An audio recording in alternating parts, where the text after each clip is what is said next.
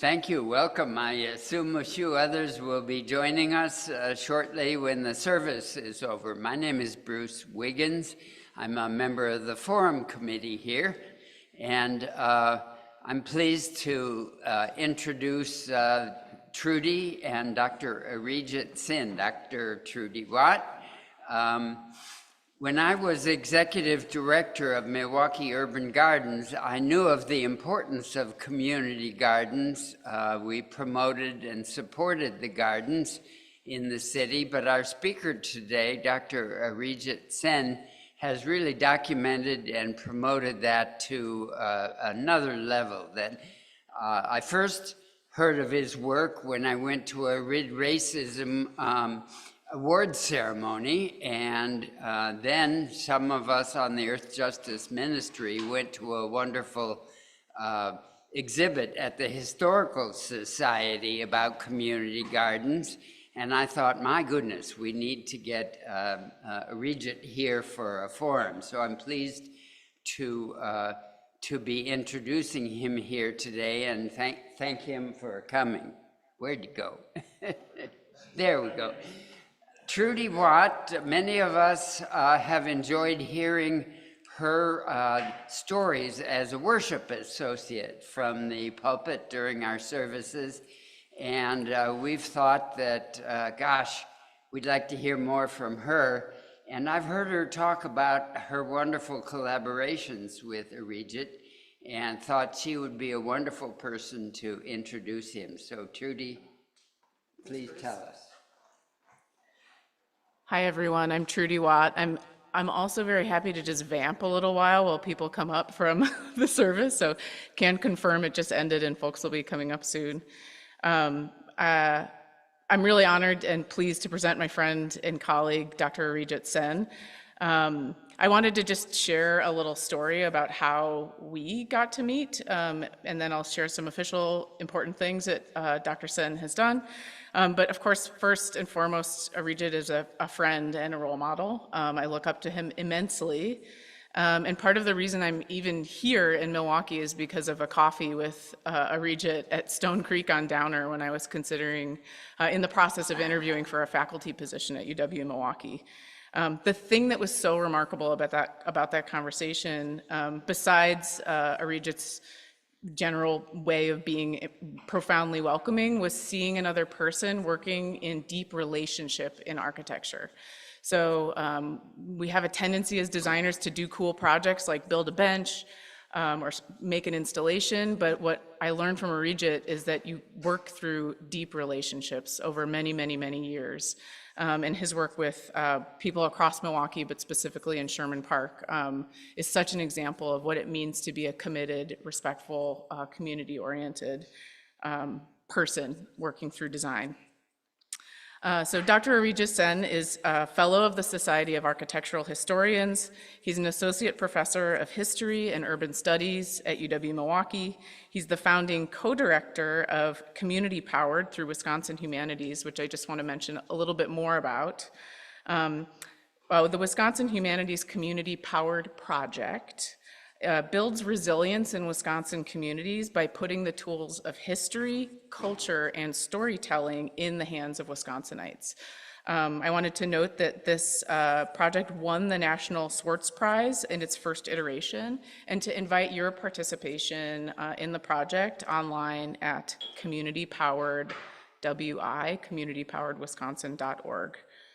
I also admire Arijit's work as the lead for the Buildings, Landscapes, Cultures Field School and the Milwaukee Environmental Justice Lab, as well as a partner in the Climates of Inequality project through the Humanities Action Lab, which I believe is the show that you were talking about at the Wisconsin Historical Society.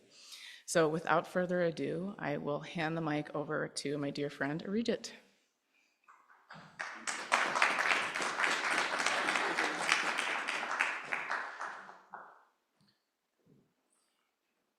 Thank you. Good morning. Thank you for sharing this hour with me. I'd like to start by expressing my gratitude to Bruce for inviting me to speak at the First Unitarian Society, and to Trudy, my friend, my colleague, Where's she gone? Oh, there she is. For such a warm introduction. Thank you, Trudy. I also want to thank Mark and everyone who worked behind the scenes, all you guys, with the video and everything, to make this possible. You know that since we have computers, nothing has become easy, it's become harder, actually. So before I start, I just want to pass these things around. You can just take a look at it and just pass it around. These are kind of work that we did at the field school. And I'm going to talk from all this stuff. So this is just something that can go around. You know, today I stand among wisdom. So I don't see this as a lecture, but as a sharing of stories. And I've kept ample time for conversations. And if you want, at the very end, if we have time, I'll walk you through our website and the media that we have produced. Before I begin, I'd like to acknowledge the hard work and dedication of students, community members, and urban scholars, many of them for many years, 12 years now, who have worked with me for those past 12 years. What I share with you today has been shaped by these collaborations. I encourage you to visit our website to learn more about our public humanities projects. And if you, well, I can show you the QR code later on.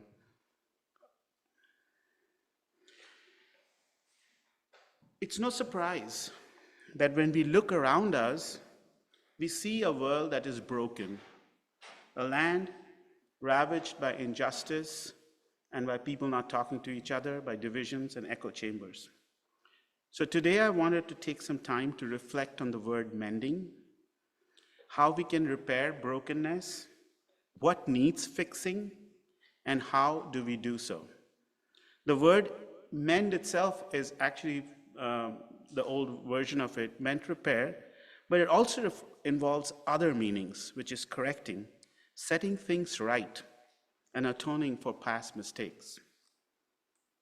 Mending takes time and focus.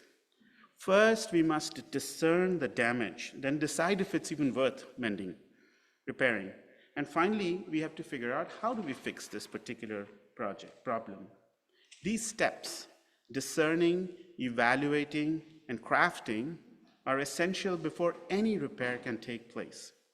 The story I'm going to share today examines why our modes of seeing, that is, the way we discern, determine how we repair, what we repair, and why we repair. Our repair efforts are linked to what we as a group value and how we perceive beauty.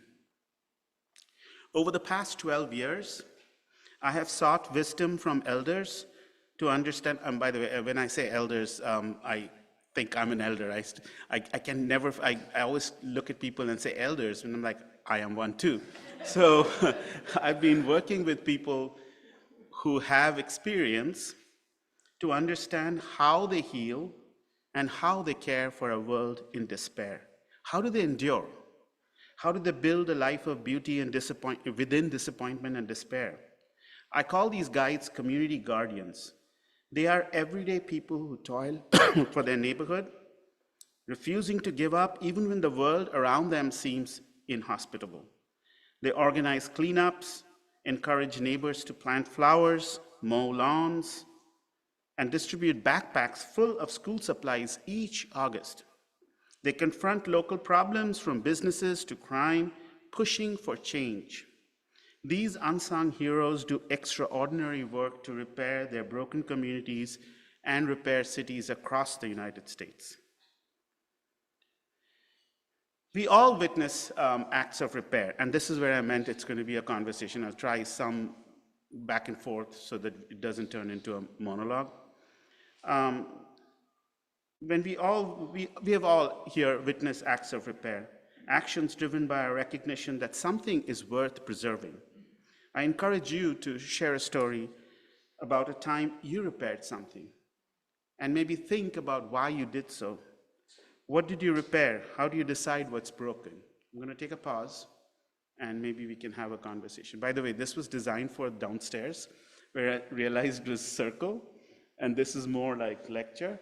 But I do want to hear from you about a few stories of repair before I get into my story. I sew on buttons on my shirts. And why? So I can wear them. So you've been reusing all the shirts, or do you have favorites? Well, if a button falls off for some reason, I sew it back on. Yeah. I think I also have some favorites, which I do not want to give away, and have value those, and then I will sew them as long as I can. So it does show something about your relationship with the object in hand. You don't care to sew if you don't care about that object. So care is one thing that we, I don't say, so what? yeah. Anybody else in, yes, please. Another repair one, something physical, but we got a pandemic puppy, and he's wondering what these wonderful teeth on our walls. And when I got a quote for repairing the drywall, I said, I think I will figure this out myself. But so, yeah, it's something I want our home to feel whole, and I didn't want to keep looking at the dog like you do. So, Repeat that because the people at home won't hear that. Oh, sure, I said we had a No, pandemic. I want, he's got to do it because the mics are up there. Go for it, okay, what's your name? Teresa. Teresa said that she has a COVID puppy and basically damages her drywall. Did when he was young. And she has been repairing her drywall as a form of working on the, keeping things the way you want it to be. It was a phase. But I think we do that. I think what you just said is caregiving. When we care for someone else, it's not just the person or the dog in this case that you care for, you also care for your environment. So one thing that you will see in this lecture is the people I work with do not just care for one individual, not family, but they care for a system of thinking, a system of relationships. And that's how they succeed. And we don't know that they succeed, but for 12 years, I've figured out that they've told me, my students have seen what success means in the context of the story I'm going to tell you. One more. Yes, please. The shared yard, and I live in a building that's four units.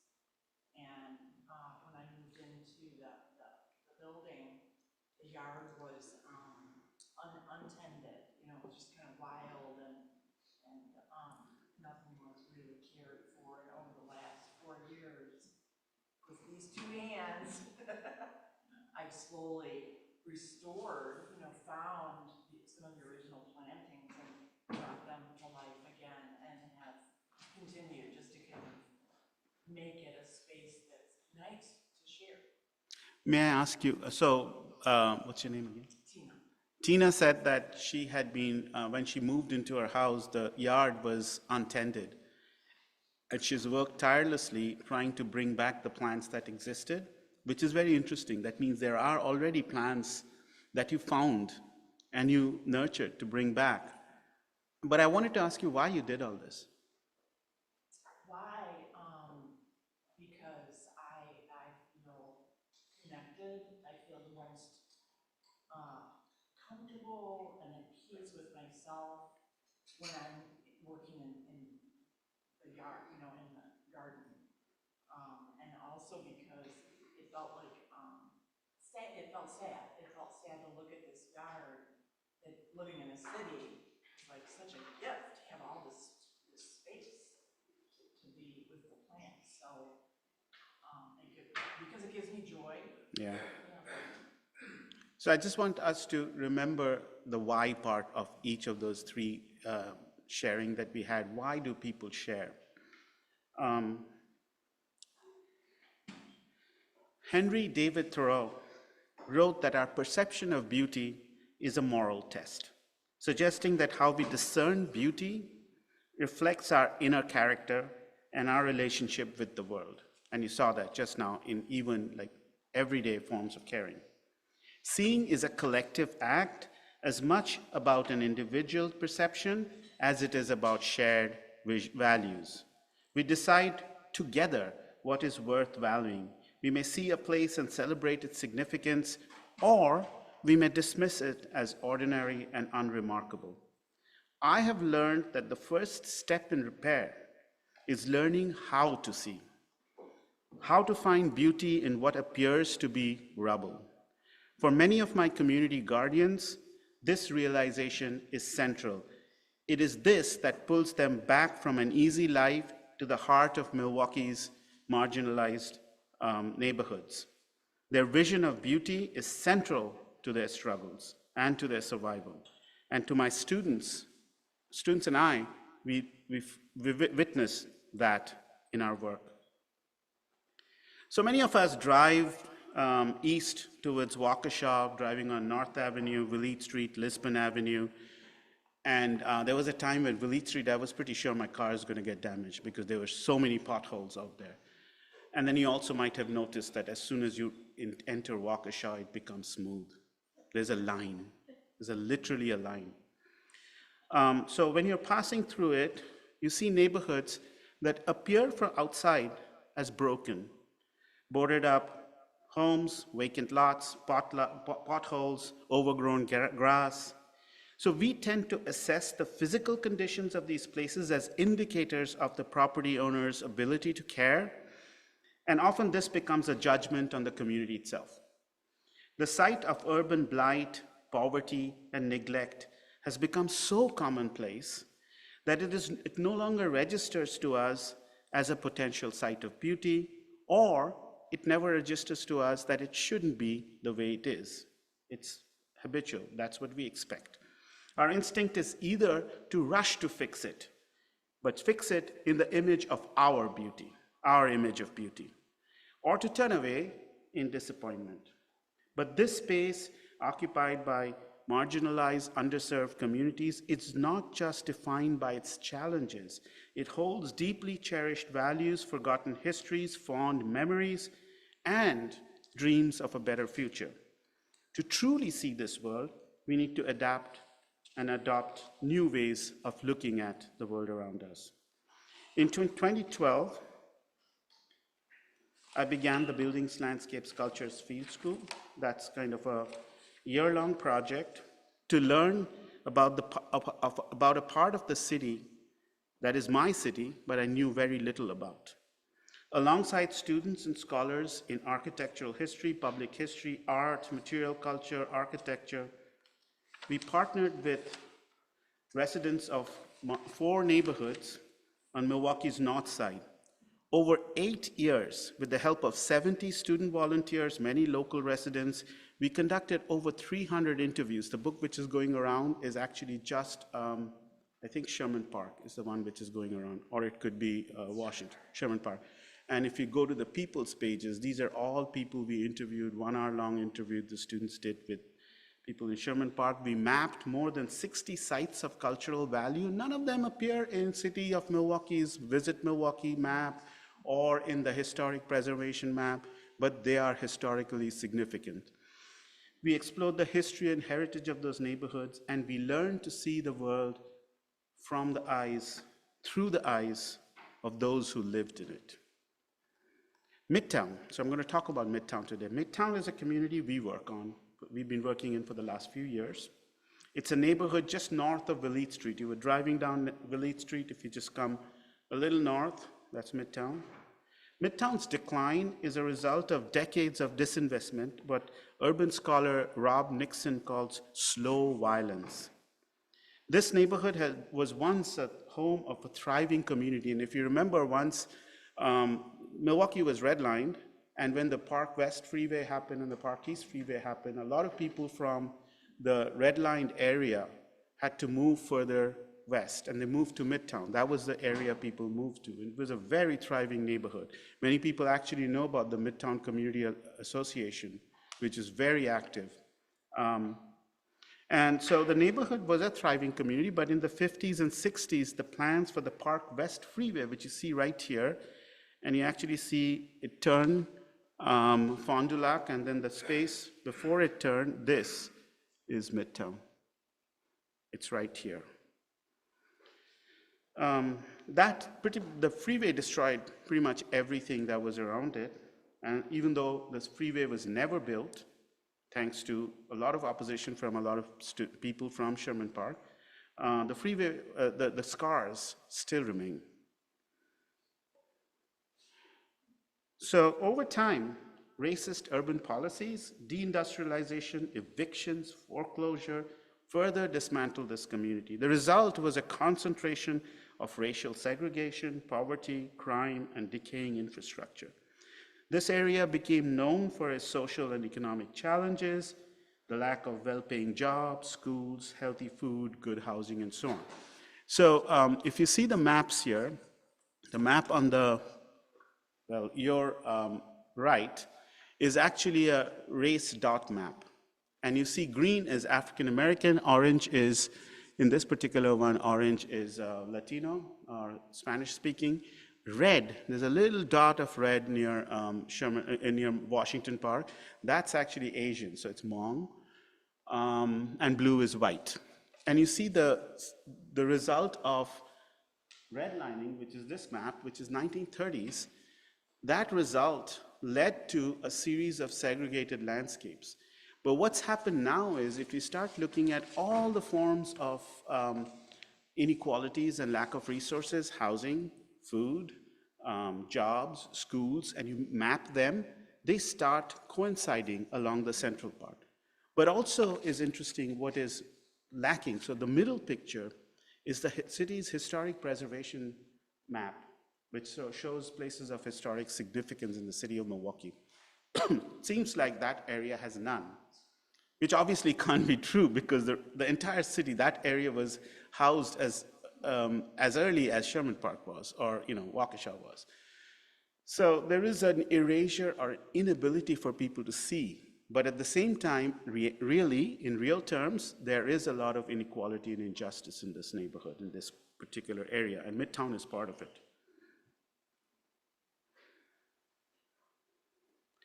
So how we see and judge this landscape is actually shaped by our experiences. We're not going there and deciding that Midtown is a terrible place. So we look at what we consume, the media that we consume, the news that we read, the discussions that we engage in. A history of racism and apathy has taught us to view this area as a symbol of broken dreams. Now, what I want to actually make sure that it's clear that it is a place of broken dreams, but we have a single story of it, that it is only a place of broken dreams. That's the difference. But when we worked with the community guardians, they taught us to find life and resilience in this scene. We learned how to mend the world, as Black elders do, by nurturing history, community, and humanity.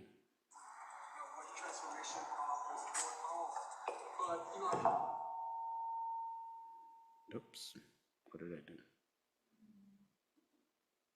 What transformation was going on. But, even the feel of this neighborhood reminds me of the neighborhood that I grew up in, where there was peace, okay? And to give you perspective, if you think of just 30 blocks east of here, and maybe a couple blocks north of here is where the area that I grew up. And I feel like this is how life is supposed to be. This is, what you basically work for and you live for, having this sense of peace, and it gives one like confidence to whatever's one, that's going to happen. Okay, I can think of a solution for it. And I think if we sit down, we, find time, and we can pick up any of these, houses and talk, I would say something, positive about it, or something to give, the conversation will start, and we go from there, solving our community problems.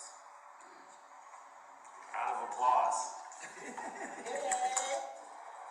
Okay, that was actually a video, so you can, I'm going to turn this on. That was Darrell Terrell. He has been working with us. He's a school teacher and artist. He's worked with cultures and communities at UW Milwaukee, and he has been working with us, taking us for walks. This is a method we use. We do regular conversations and oral histories, but we actually go out for walks with people. We tell them, show us places that matter to you, and why do you value it as a space of history? This is one of those journeys where he was showing us what matters to him. In a conversation with public intellectual Cornel West, author Eddie Glaude discusses two types of hope that exist in our world today. One is the abstract desire for wealth, social mobility, or the so-called American dream. The other is more grounded, aspirational hope that helps us survive in a broken world. James Baldwin captured this sentiment when he said, and I quote, "Hope is invented every day," end quote. This hope is the essence of the Black experience in the United States, a mix of unsurmountable difficulty and an enduring belief in the possibility of something better. This hope gives us agency to repair our world, to believe that a better future is possible. Take the example of Miss Carolyn Smith. She's an elderly Black resident who discovered that her plants weren't growing as well as they should, or as the other community garden plants were growing. But she remained very hopeful. I'm not trivializing this hope. I want to actually build on this notion of very simple, everyday hope and what it does to the world around us. Miss Carolyn had grown up in Mississippi, gardening with her aunt and uncle, and when she came to Milwaukee, she continued to garden with her parents. For Miss Carolyn, the garden is more than just a place to grow plants. It's a communal space, a place where neighbors come together to create a better world. She draws on deep memories of her Southern roots, which sustains her hope that her garden will thrive just with a little more sunlight. And she walks every morning. Every morning she comes from Cherry Street after her coffee, and she waters a plant. It was a pretty bad year that year. I think this was 2022, perhaps. I think my garden gonna be pretty good. It was dug pretty deep, and that's why it's coming up slow, because the roots are down in the ground. It was dug up real deep, because the reason why theirs are a little higher than mine, because they're shallow. So right now it may need more sunshine or more time. Yeah, well, I say I give it about the end of July, it'll been harvest more. So the good story, it did grow. She was right. It was a deeper bed. They raised the beds for the elders, and she had a deep bed, and she insisted that the roots are still going down, which it did. I think in the spring of 2022, we began with Miss Carolyn and other elderly residents of Cherry Street Community Garden in Milwaukee. The gardeners live in a nearby public housing building called Cherry Court, and the garden itself is situated on land owned by the Housing Authority of the City of Milwaukee. And just so we know that there are places in the City of Milwaukee that are doing the right thing. Housing Authority has been working with their public housing elders, creating gardens in more than one of their premises. And Cherry Street, the Cherry Court, is one of those. So that's the garden. It's right in front of St. Mark's. Yes, St. Mark's, which is, I forgot now. For a minute, I'm blanking out. But this is on 24th and Cherry, near Tiefenthaler Park. St. Mark's, I think, yeah. Catholic Church, it used to be a German neighborhood, and then in the 80s, it just fell apart. In the 90s, it fell apart. Miss Carolyn has been living in this neighborhood for quite a while, around this neighborhood. In summer, this garden, carefully maintained by their gardeners, offers a visual reprieve from the vacant lots and boarded buildings around it. Public art, design, seating, little libraries, birdhouses, murals, raised garden beds, built by gardeners, local youth, and university students transform this little oasis into a place of hope. The garden embodies the kind of mending I will continue to describe today. And recently, last year, Joy Engine gave them a grant, and that's where MIAD, UWM, and students from Peak Initiative came together with the gardeners to create all kinds of art. And I'm going to show you, just run through some of the artwork that's there. This is a mural. Oops, yeah. And the mural came out of an oral history session that the young neighborhood youth, young adults working at peak, were trained to talk to elders, which actually I didn't know. I don't have kids, so I didn't know that now we have to train kids to talk to elders. But they were trained to talk to elders, and they collected the stories of their hopes and aspirations, and the mural came literally out of that. These were seatings done by architecture students. This is one of the murals of 2 gardeners.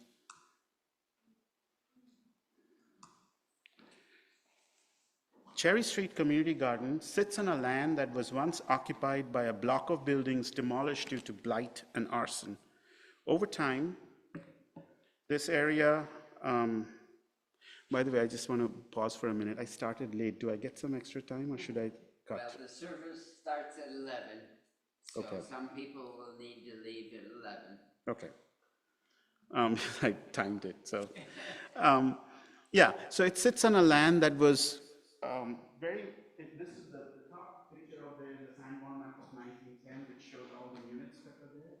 And here, these are sequential, and you see that slowly, due to arson, due to all kinds of reasons, the houses started getting torn down to an empty lot. Then that empty lot turned into a garden. So this is between 1990 and 2000. Katrina Shelton grew up in the rough 90s, when gangs, drugs, crime, unemployment, deindustrialization, police violence were a part of everyday life in her neighborhood. It was pretty rowdy at first. When we first moved there, it was like where all the little gaps are, there was houses there, and it was like full families, and it was pretty rowdy at first. And then when we moved in, my mom didn't like how rowdy it was, but she liked the area, so she started organizing to help, the neighbors and everybody make it feel more like the family atmosphere. So she lives across the garden right now. She used to live where the garden so was. As the years went on, people started getting older, kids started getting older, people started moving, people started moving, and then they had that big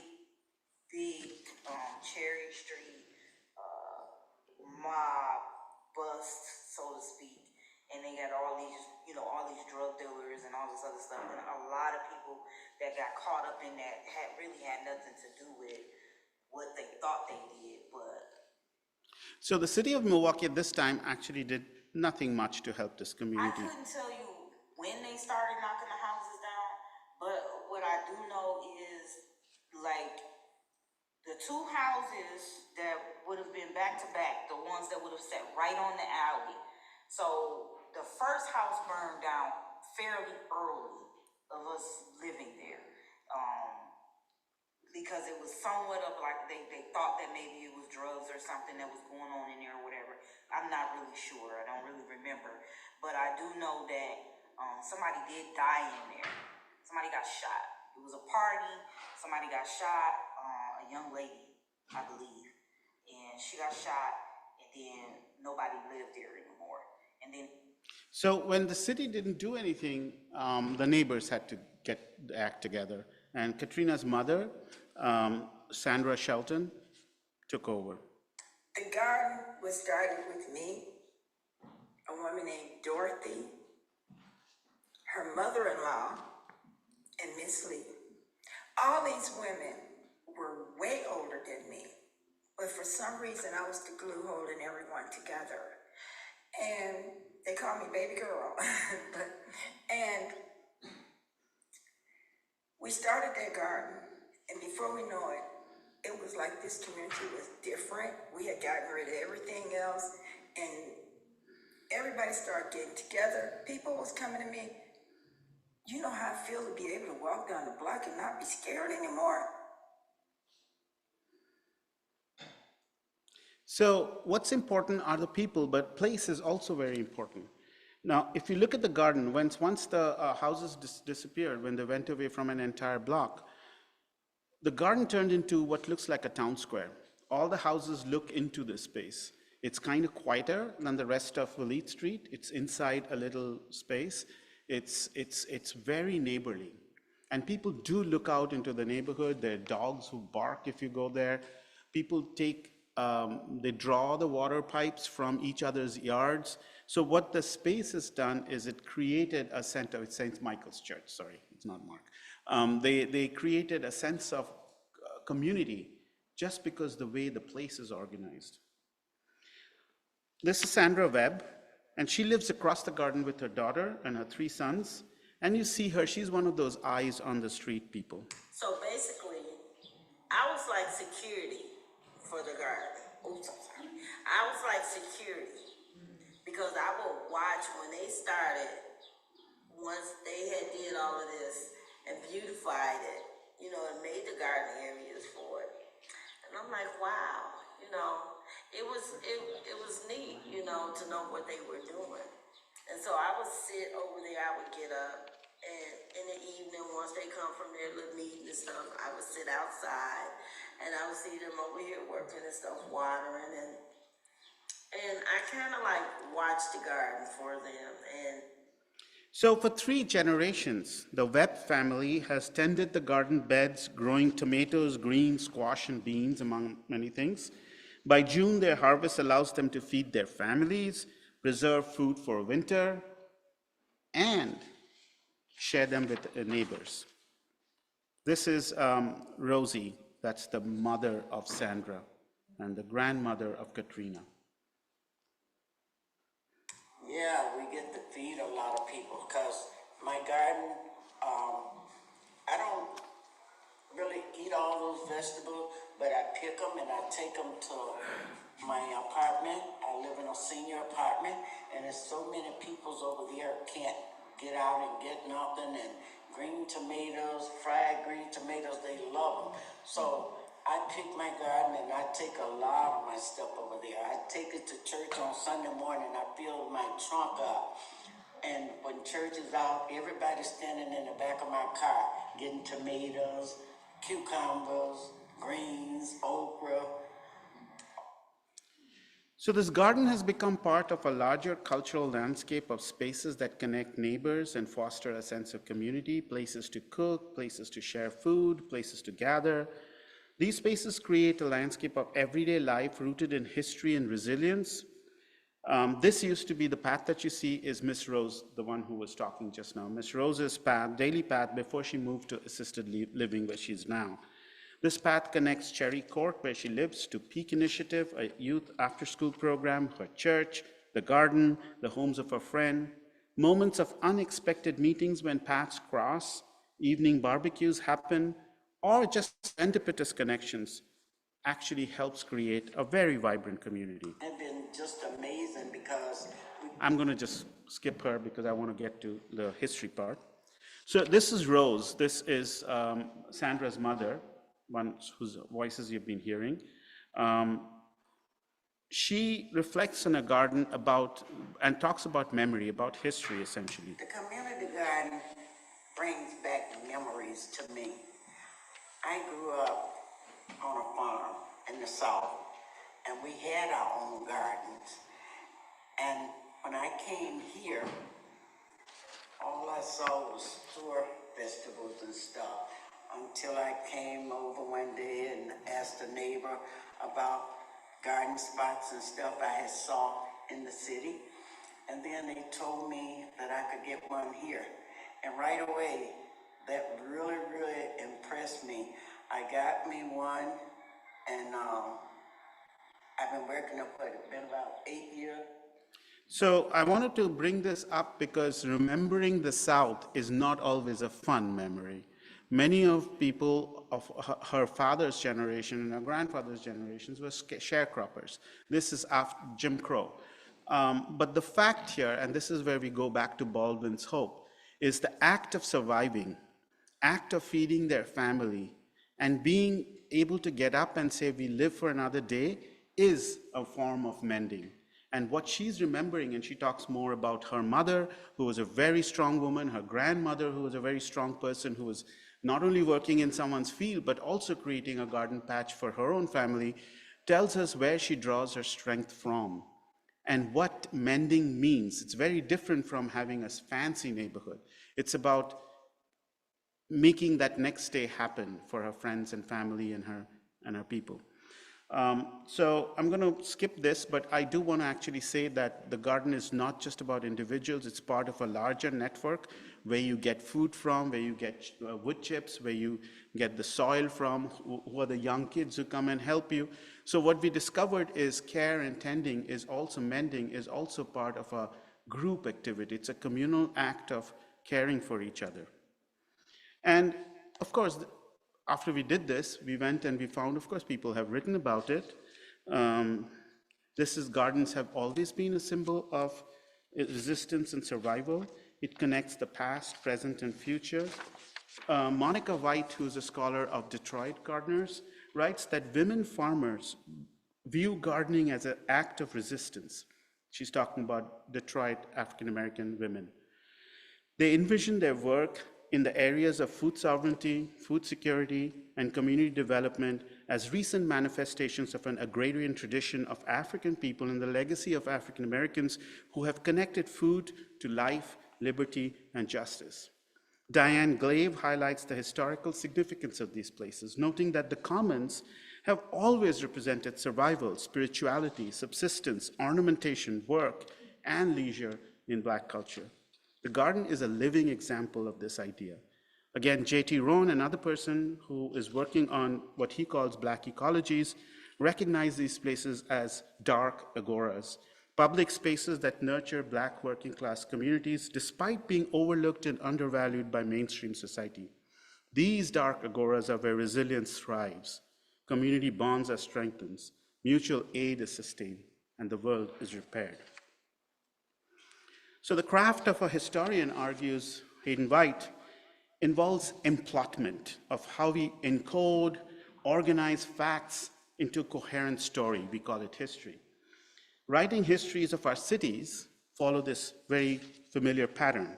We compare timeline of events, organize all the census records, cross-check with archival evidence, examine activities of building and urban sites, and we emplot a story. The familiar plot of Milwaukee's history begins with the American dream. Early 20th century German working classes expanding from the urban center towards neighborhoods, living in duplex homes, we all know that. That story, the single story, ends with carnage. A community destroyed by racial segregation, lack of good housing, bad infrastructure, and crime. The empty block on Cherry Street can be written into that familiar narrative of urban decline. But we could also envision an alternative narrative, one that centers on the power of shared histories to inspire residents to fight injustice, their aspirations for a beautiful community that somehow remains invisible to all of us outsiders, a story of hope and repair that it indeed is. So after we care because we care. That's why. We care because we really care. And we care about what goes on next door and next door. And if everybody watches next door and next door, so like, if we can, we move their snow when we move ours. When we water our flowers, we water theirs. When we pick up paper, we pick up this side and that side. We care. So after 12 years of working with residents, this obviously is a very obvious thing. I'm not saying anything new, shatteringly new, that care comes out of people's relationship. But we started seeing the built environment differently. So now the road, the pothole, bad infrastructure is actually a place of gathering. When the alderman comes over to that neighborhood, they don't trust him to actually call them back. So they sit out there, get an alderman to have a meeting. The empty lots are actually gardens and places where community takes place, mutual aid happens. And the porches are where Ms. Sherry's porch, for instance, are places which become part of what Sylvia Federici calls the urban commons. So I wanted to end with the traditional thing most academics start with, which I find kind of ridiculous sometimes, is the land acknowledgement part. Like, we're not doing anything, but we're acknowledging. But I do want to actually think about what repair means. It's not just the Black community. There are many communities many places that we need to repair. And one of that is the land we stand on. And it's not about reparation, it's about reparations with repair. It's the thing about giving something back the way we took it, not like mess it up and then, okay, now you can take your land back. So I feel like that's what I want to end with, to think about mending as a form of reparation, but a mending as a form of repair too. That's it. I made it.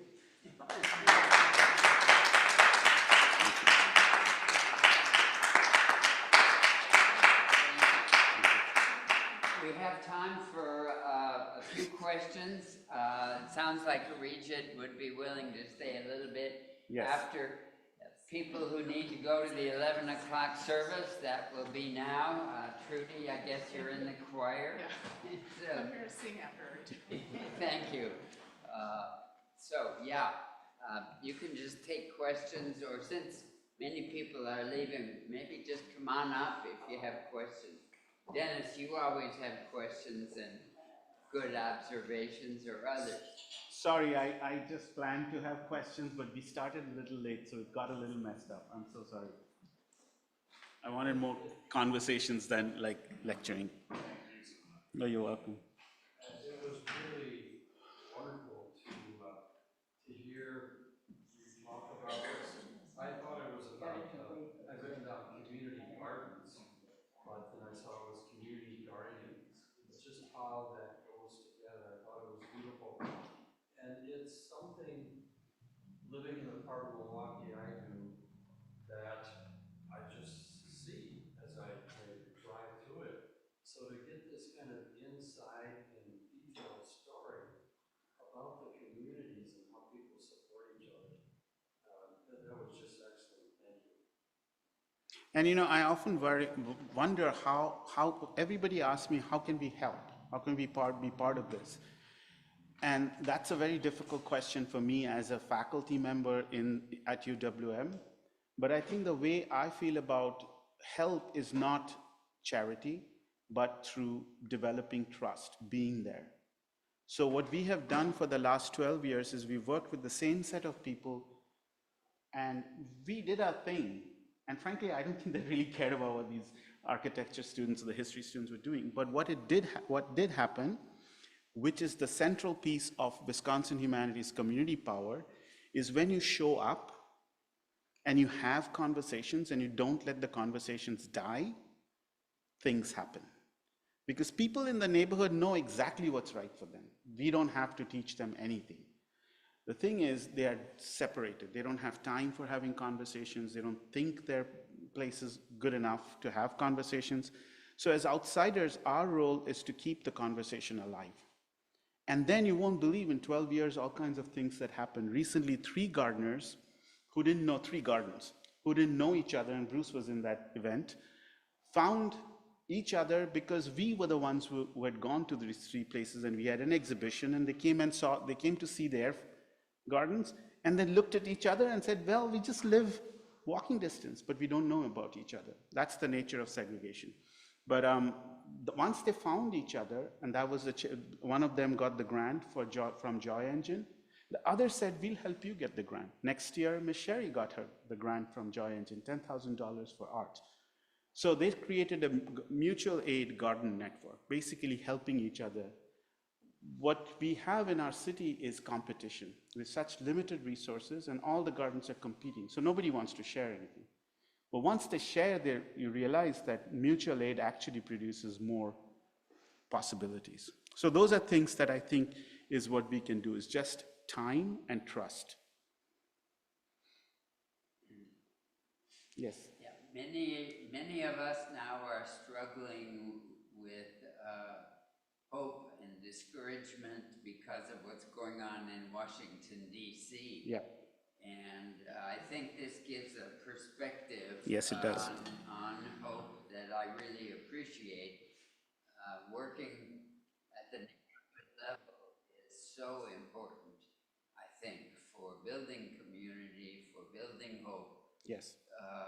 And that's part of what I appreciate about this presentation this morning.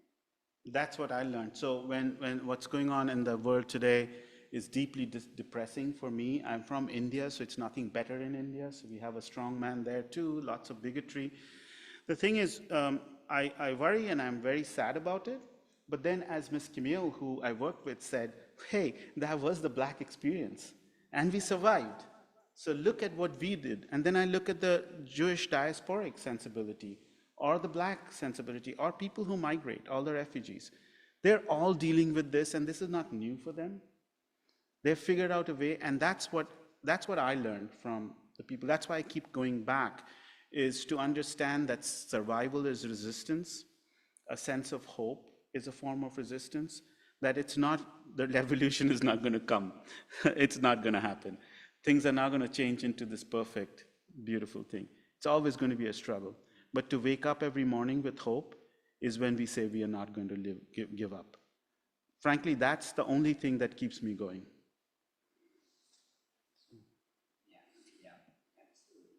Yes, sir. Thank you so much for that presentation, and thank you for working with us on it. I lived in that neighborhood You did? in the early 90s when I first moved up here from Tennessee, and I kind of saw that there was still community there, but I saw kind of the decline that was happening, not really knowing the history of kind of how the freeway had come through, but then later hearing some of the stories from my mother, who lived here in the 50s, and how Walnut Street, and hearing the history of going back and how that was such a intricate Black, I think, German Jewish neighborhood, and how vibrant it is. It is interesting how you see the churches that are still in that area and how they kind of struggle to kind of keep an identity there, despite the decline. I know the African American Women's Center is over on Believe Street as well. That's been kind of a good pillar. There's a few other businesses over in that area that has kept on. I wasn't aware of kind of the gardens and things like that. So this was very informative for me to really kind of stay in touch with kind of the sentiment, the vibration of that neighborhood. It's still hanging on, if you will. It's doing well. Yeah. This Cherry Street Gardens, so Midtown Neighborhood Association recently realized that the Grow Milwaukee plan, the new plan of Milwaukee growing and changing the permits and all that kind of stuff, they realized that unless people in the neighborhood are very careful about what the repercussions of these plans are, they're going to have gentrification. Once you know you're having gentrification, that's too late. Then you're dead. That doesn't matter. So personally, I think it is already too late. But the point is, yes, nobody in the world, there is nobody who doesn't want their neighborhood to be developed and be beautiful and have streets and good infrastructure. What they do not like is displacement. And this particular neighborhood, Midtown, is a product of displacement. So Mayor Meyer had once pointed out that there was this line, and that's when the freeway came in, everything north of, I think it's 20th Street, you would know better. That was red line and was a Black neighborhood. It used to be Jewish first. 20th, it'd be an north-south street. It'll be a north-south street. Yeah, 20th will be north-south. So everything east of there used to be Black. And then people started, when the freeway came in, if you know where Venus's, the Alice's garden is there right now, that area, all that green space that you have is actually not natural green space. There used to be houses there. So they got rid of the houses, people moved west. And that first west movement was Midtown. So what you're seeing is people who have displaced multiple times from the south, from Harambee and Lindsay Heights, now towards Midtown.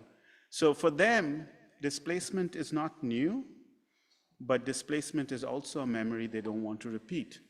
And all these gardeners have been part of talking about how to stop displacement. So they're not just doing gardening, they're highly engaged in the community. The Midtown Neighborhood Association has been working with people to talk about how do you develop without displacement?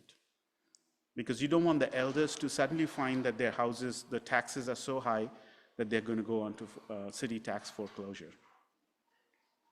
So this is an important neighborhood for me as I did. I mean, I've been working with Sherman Park and Washington Park. They're a little bit further away from Grow Milwaukee's, what might happen with that. And in that regard, it might be interesting for you, for for some of your future projects to take a look at the ownership of properties and see how that is changing and how it affects what's going on and the ownership versus the renters and how that affects things. Yeah. That'd be very interesting to look at. That is Or maybe exactly you've what. done it already? That's exactly what the neighborhood associations, the Midtown Community Alliance has been up to. They really, home ownership and land ownership is not just the necessity of living today, but it's also about wealth, generational wealth. And, but, you know, we are talking about, in Midtown, we are talking about tenants who get evicted, like they're just barely making it. So there are organizations like ACTS, Habitat, they're building houses, but the problem here is that we are talking about a group who is so precarious that home ownership is not just finding a home, it's learning how to pay the taxes, mend the house. It's like food too. Just by having food doesn't mean you cook. You need to know what to do. I mean, there are kids who do not, in Miss Sherry's garden, who didn't know that mangoes come from trees or apples come from trees. Carrots come from the tree. That's right. So just the garden, for instance, is actually engaging young people to see that as a living organism, that it's in their power to grow this. It's not prick and save that gives them objects. But I feel like that's, with housing, it's a little more difficult, and they're trying, and it is hard. To Andre Lee Ellis also? Yes, of course. Yeah. And he's been doing very good stuff with Black men. And I think most of our work has been with elderly women, but we do know that there are men's club taking care. See, the problem that, from when I look at it, what's going on, the issue that is a problem, if you may, are two things. One is the lack of public space. So what I mean by that is there are lots of gardens, but when it rains, you can't sit in a garden and talk to each other. You scatter off. So every time we have events or meetings in the community, we want to find a place to sit under. And the only place that we know is Washington Park Library, it's far away, or sometimes the now the Urban Ecology Center is open in Washington. Yes, Urban Ecology is open, so is Tiefenthaler, the Peak Initiative at Tiefenthaler Park. But here's the thing, and it might sound a little cynical, but let me tell you that here in the east side, we have a park, Lake Park, and then the city has given, there's a public-private partnership in the Bartoletta restaurant, the Lake, what is that restaurant? You know what I'm talking about, yes. That restaurant. The city decided that they're going to give that to the restaurant, but there's a space below the building which is given to the community. Literally, community has the keys. It's their community meeting center. When they took Tiefenthaler Park and gave it to Peak Initiative and said, oh, public-private partnership, they didn't give the community organization a key. The community organization has to go beg and ask for space. And there's often no space because they have their own programming. So what's happening is public space owned by the people who live in the neighborhood is decreasing. So that's number one. And number two is intergenerational communication. I don't think it's only this neighborhood, it's our world. Our youth doesn't want to talk to elders, and the elders don't want to talk to youth. And so what sustained, what allowed people in the South who migrated north to survive was intergenerational relationships. So those are the two things. And housing, there are very weird things happening in housing which we discovered. For instance, duplex houses.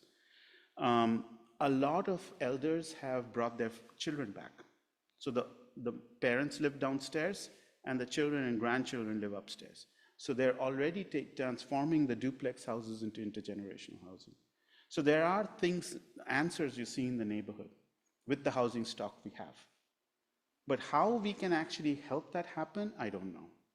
Because that requires influx of capital, some external agency. And it certainly shouldn't be, let's just give it to the developers. They'll do everything well. That's what the city can come up with. You started to say something about men. You mentioned like the word working block. Can you say more about the men, and particularly the young men in the neighborhood? Yeah, so Peak Initiative has a leadership program. We work with them, and those are mostly men. There are some women too. But my best experience, which I can tell you really was the most informative one, was if you take North Avenue and when it hits Sherman, there's the old Finney Library. Opposite the Finney Library is the old Christian Science building. That building is now owned by the church, which is on the other side of the street. There, when I did my field school, happened for many years in the Finney Library. It's owned by a guy called Matt Bowman. And opposite was this Christian Science Christian Science building, but actually now owned by the church. And there was a bunch of elderly men who used to have what's called the men's network. Okay, so and these are men who have been in the army, who have done work for the city, were basically are elders who would actually train young men in the neighborhood, train them about job searches, how to behave, how to work, everything. Generally, it's just mentoring. So I had a field school with 2 men and me, 3. Only 1 African-American man, and then there were like 7 women, 1 black woman, and everybody else white. So the men's network said, come with your kids. And this is also not just about mentoring, it's also about eating things which you won't be able to eat at home, like all kinds of fun fried stuff. So I was also excited. I said, I'm going to go eat some of that. So I took all my students there. And what happened was really something that transformed me as understanding what, in this particular case, they were seeing black masculinity as. So they were very strict they were like this southern strictness to the kids. Do not slouch, sit straight, say Mr. something. So my students, of course, is Gen Z, new generation. They came in and they said, these elders, they don't really respect us anymore. Look at how they were behaving with all the kids out there. So this is a field school of architectural history and public history. We stopped everything. And we said, no, we have to, because I kind of knew why they do it. We have to read on what being black and male in the US means. So we read Ta-Nehisi Coates, we read Cornel West, all that stuff. And then, of course, it became clear, because the thing is, these men had seen violence. Some of them have actually seen lynching happen. What they were telling the young people is, yes, I know you're enraged. I know you want to make a difference, but you have to control yourself. You have to control your body. You have to control your emotions, because if you do that outside on the street, your anger, you just get shot. So that's why they were behaving the way they were with the young adults. And the young people knew. It's only my students who didn't realize that, right?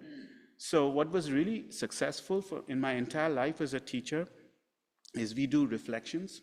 And most of the reflections were about, how old people don't respect us. And then they went back and reviewed it. They changed it. All the students in my class. But those are things you only learn not from a book. You have to actually see that happen. And what it does is it gives you a sense of empathy. You start beginning to try to see it from somebody else's point of view. That's one of the examples of the men's network. In the Cherry Street Community Garden, most of the gardeners are women, but there are some men who garden. And there's one guy, Stephen Clayton. He gardens because he wants to hold on to the memory of his mother who had the garden. So all the men who are gardening are respecting their ancestors in the act of gardening. And in doing so, they learn everything else, health, good food, and cooking. Rahman cooks the best cake. He would never have done it if he had not gotten into this cooking because his mother told him to. So there are these relationships, generational relationships, that the places we work in, we see. And those are not really visible. You don't see that in media, So Andrea Ellis, of course, is working with young men in gardening. So there are lots of small organizations that are focusing on young men and trying to give them a sense of what they can become. As a teacher, my only hope is that people have to be proud, the young people who we meet have to be proud of the neighborhood they live in. We tell them to be proud of Jefferson, to be proud of, Washington, be proud of Martin Luther King, all these people, far away big guys. But there is Miss Sherry, there's Miss Angela, there's Miss Camille, who are doing great work, Munir. So how do we actually show the people that the people who live around them are heroes? And so that's what we try to do in our field school, is just do all these websites, papers, exhibitions. We are actually working this semester with a garden on Walnut Hill. This lady who has this incredible garden, but at one point she said, I'm just giving up. Nobody comes. So we said, look, we are outsiders. We really can't do anything. But what we can do is do a survey, and we'll walk with you to every house and administer the survey, and then we'll do a tactical urbanism project, which is basically building something to get more people to come in. And we can do it for 3 years. And then people will come, you figure out what to do. So that's what we are on to. That's our new project on Walnut Hill. Where's that one? Brown, 30th and Brown, right next to the school, West Side Academy? Yeah. Near the 30th Street corridor, so 30th and Brown. Okay. So yeah, anybody wants to come down and hang out with us, please do. I teach in the Urban Studies program every Tuesday, my students and I, and it's really a good class. This class is about we don't know what the hell we are doing, which is actually a really good class to have. It's only when we know everything that we screw up the world. That's probably appealing to young people too. It when is. they come in and they say, let's build it together. And Yeah. we are not trying to transmit some knowledge. Yes. Sit and listen. Yeah, it makes a huge difference. I started the class with, look, I'm an idiot. I don't know anything, so you're in it together. And we can make mistakes, but we are all in it together. So it helps, yeah. Great. Well, thank you very much. We appreciate it. Thank you. Thanks a lot for staying and coming and staying so long. And